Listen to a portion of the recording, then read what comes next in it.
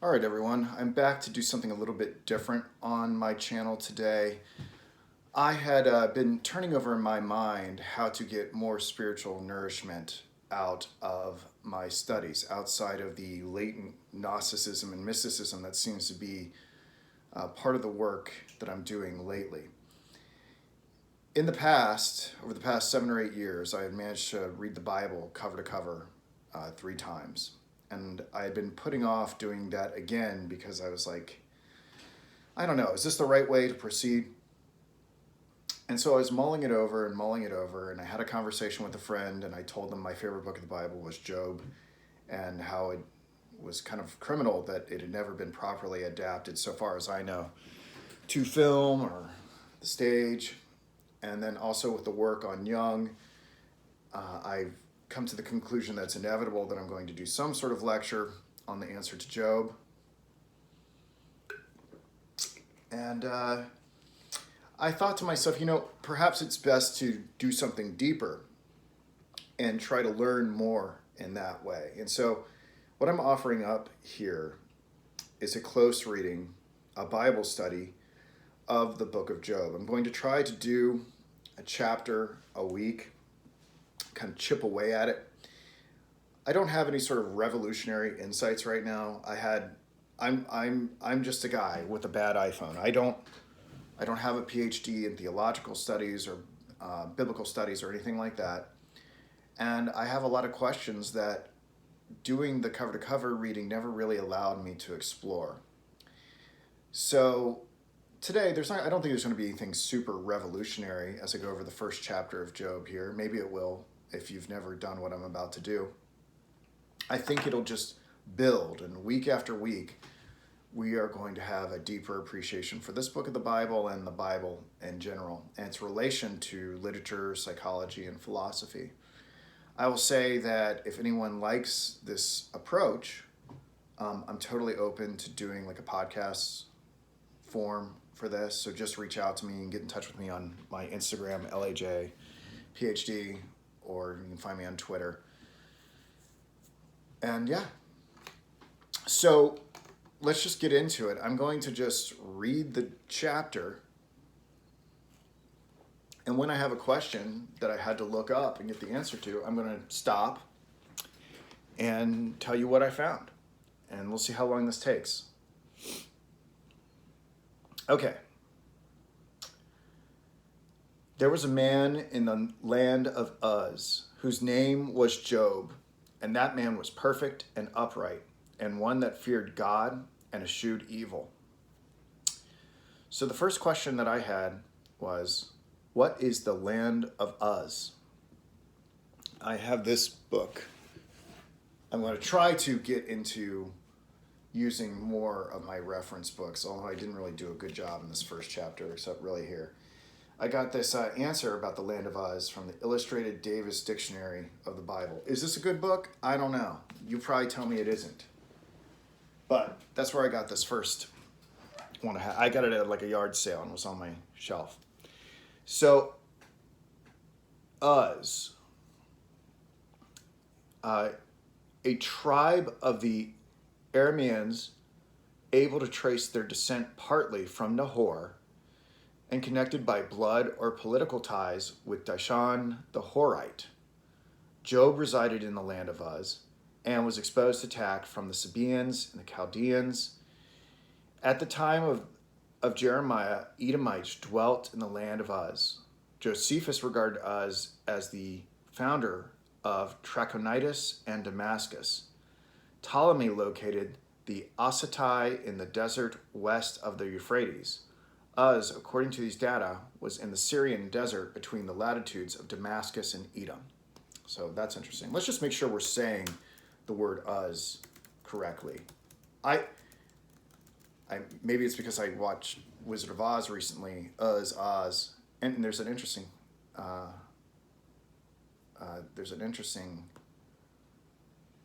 tie-in to that. Uz. How do you pronounce Uz? Let's see. We'll go with the first one here. But apparently in Israel, they when they translate the Wizard of Oz into the Wizard of Uz, and I feel like that is like some kind of disclosure on some level, because not every one of the alternative interpretations to the land of Uz is that it's not really a real place. Some people read the book of Job allegorically, and if that's the case, then it's like, is the Wizard of Oz like a retelling of the Job story somehow? Looking at how to pronounce this name as well as how to say words too, so make sure to stay tuned and good. Uz. Yeah. Uz.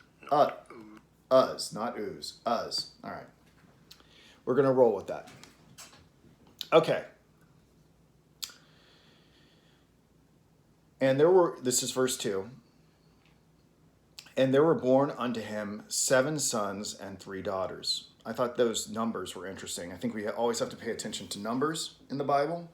It's my understanding that both 3 and 7 are numbers of completion in the Bible.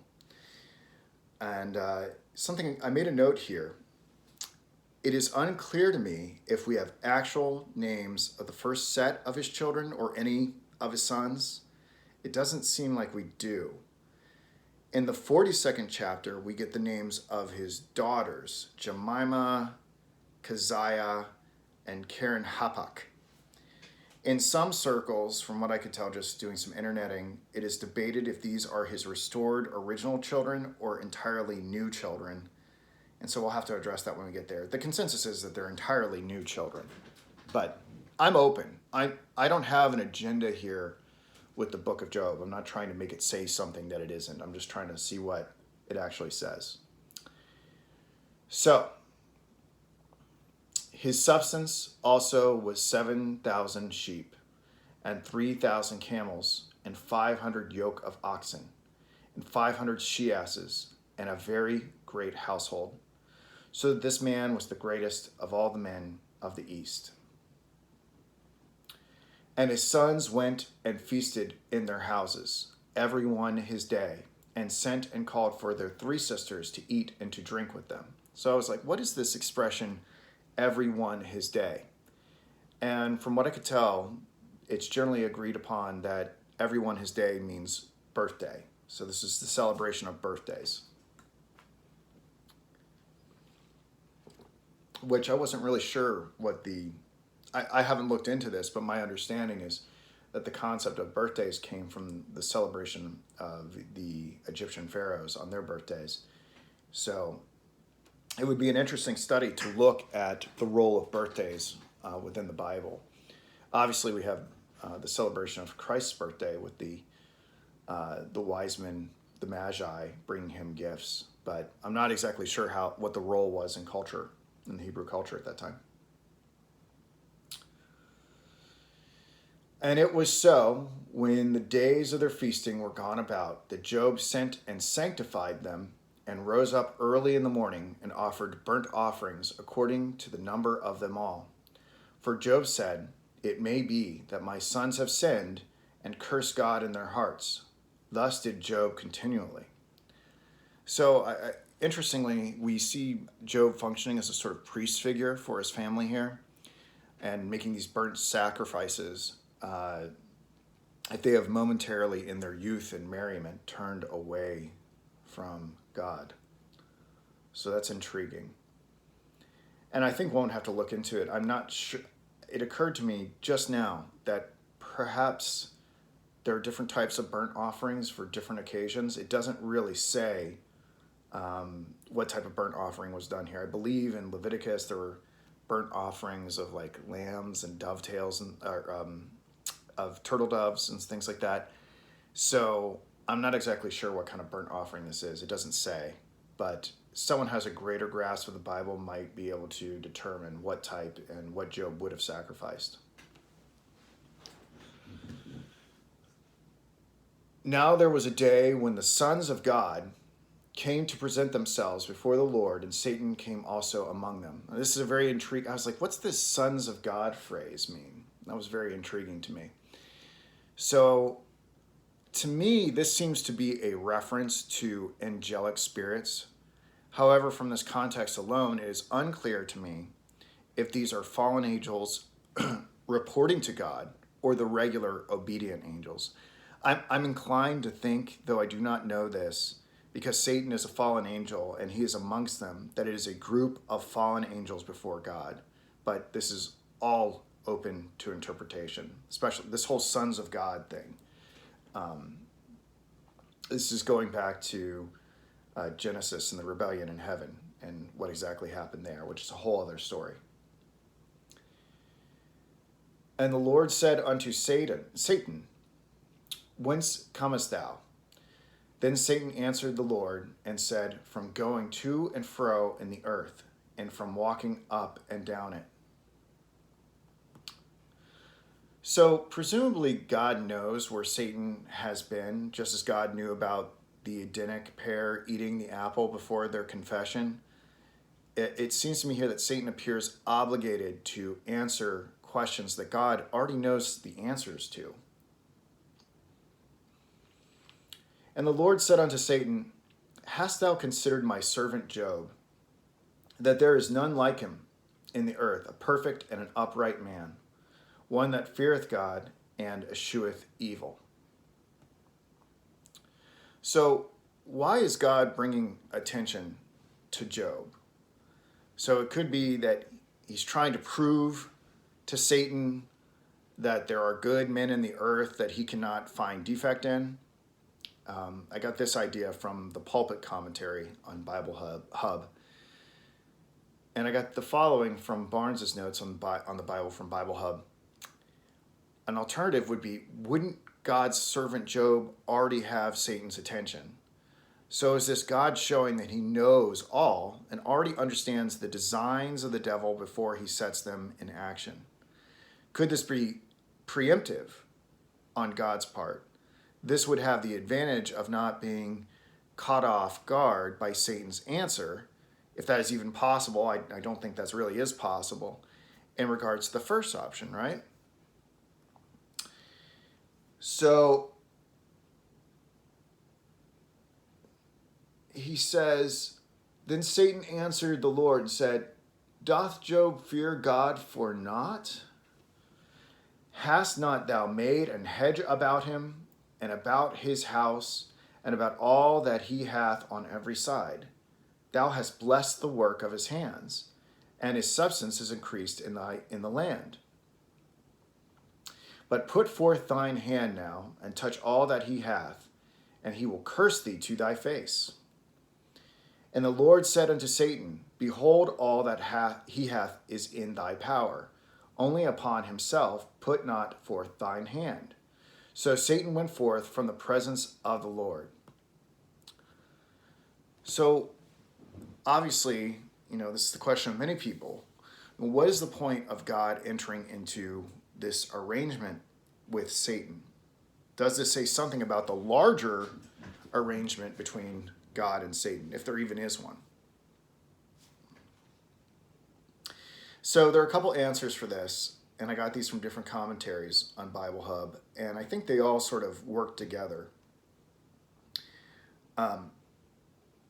Young, I believe Young is going to say something along the lines that,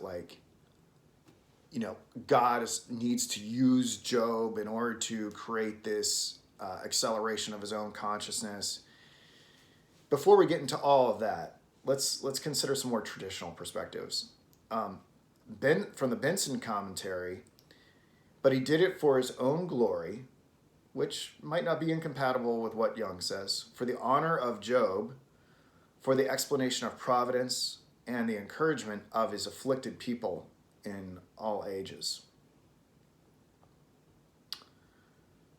So, I think it's an interesting thing to think about is what kind of glory is God trying to achieve with this arrangement? How exactly does it honor Job? There's a lot to unpack here, but we're just kind of we're not going to try to diagnose all the book of Job right now. Maybe we'll save those till we get further along. The pulpit commentary says, as God dispenses blessings through the angelic hosts, so he sometimes at any rate allows spirits of evil to be the ministers of his chastisements. I thought this was interesting. Job is still a man. He's still got the genetic sin from the fall in him. And it's not impossible that God is using these fallen creatures, including Satan, to administer his justice in this realm. We may not like it. We may think that this is problematic. But I think this is an intriguing interpretation. And lastly, this is from the Geneva Study Bible. God does not give Satan power over man to gratify him, but to declare that he has no power over man, but that which God gives him. So this is an interesting thing. You know, Satan can't really touch man. You know, he can't really get to the seat of our consciousness. He can't turn us into his little robotic slaves, right? Ultimately, God reserves that for himself. All right. So, and there was a day when his sons and daughters, this is verse 13, were eating and drinking wine in their eldest brother's house. And there came a messenger unto Job and said, the oxen were plowing and the asses feeding beside them. And the Sabaeans fell upon them and took them away. Yea, they have slain the servants with the edge of the sword, and I only am escaped alone to tell thee. So who are the Sabaeans? From the Jamieson Fausset Brown Bible commentary, the Sabaeans, not those of the Arabia Felix, but those of Arabia Deserta, descending from Sheba, grandson of Abraham and Keturah, the Bedouin Arabs of the present day resemble in marauding habits these Sabaeans. It's probably a little outdated, probably not exactly politically correct. I don't know. It's saying Bedouin Arabs. I don't know. Am I going to get canceled for saying that? Take it up with the Jamieson Fausset Brown Bible commentary. If anyone knows what is the proper terminology, do let me know. So, verse 16. While he was yet speaking, there came also another and said, the fire of God is fallen from heaven and hath burned up the sheep and the servants and consumed them. And I only am escaped alone to tell thee. All right, this fire of God. I had to know what this fire of God was. The consensus seemed to be that it was lightning, although lightning doesn't seem to capture the destructive power of this fire of God. Seems like it could have been a much more intense atmospheric phenomenon. I don't know, like brimstone or whatever. It is perhaps interesting to note that Satan is associated with lightning elsewhere in the Bible.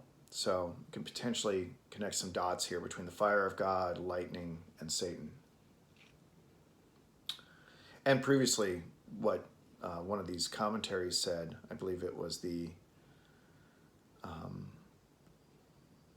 which commentary was it?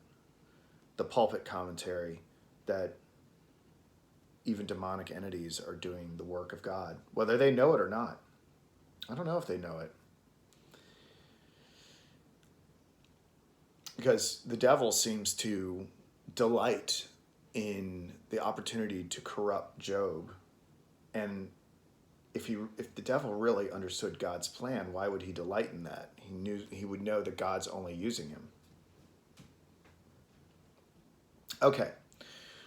While he was yet speaking, there came also another and said, the Chaldeans made out 3 bands and fell upon the camels and have carried them away, yea, and slain the servants with the edge of the sword.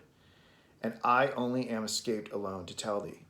All right, who are the Chaldeans? I'm familiar with like Chaldean gematria or whatever. But who are the Chaldeans? This is again from the Jamieson Fausset Brown Bible commentary. Chaldeans, not merely robbers as the Sabaeans, but experienced in war, as implied by they set in array 3 bands. Rawlinson distinguishes 3 periods. 1, when their seat of empire was in the south, towards the confluence of the Tigris and Euphrates. The Chaldean period from 2300 BC to 1500 BC. In this period was Kedorlaomer, the Kedur of Hur or Ur of the Chaldees, in the Assyrian inscriptions, and the conqueror of Syria.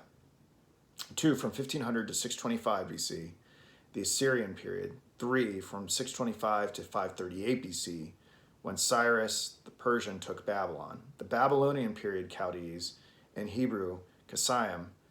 They were akin perhaps to the Hebrews, as Abraham's sojourn in Ur, and the name Chesed, a nephew of Abraham, imply.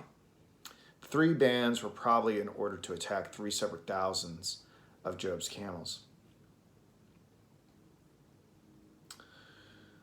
All right. While he was yet speaking, there came also another and said, Thy sons and thy daughters were eating and drinking wine in their eldest brother's house. And behold, there came a great wind from the wilderness and smote the four corners of the house, and it fell upon the young men, and they are dead. And I only am escaped alone to tell thee. What's this great wind? I think we're possibly talking about some kind of tornado. Although I don't know the geography of that region, I don't know how often tornadoes happen, but I think it's on the table. Then Job arose and rent his mantle and shaved his head and fell down upon the ground and worshipped. What's a mantle? Well, it's a fancy robe, I found out. And 21, and said, Naked come I out of my mother's womb, and naked shall I return thither. The Lord gave, and the Lord hath taken away. Blessed be the name of the Lord. In all this, Job sinned not, nor charged God foolishly. All right, that's all I have for you today. I'll try to do one of these a week, and hopefully our knowledge will increase about the book of Job and the Bible. Thank you.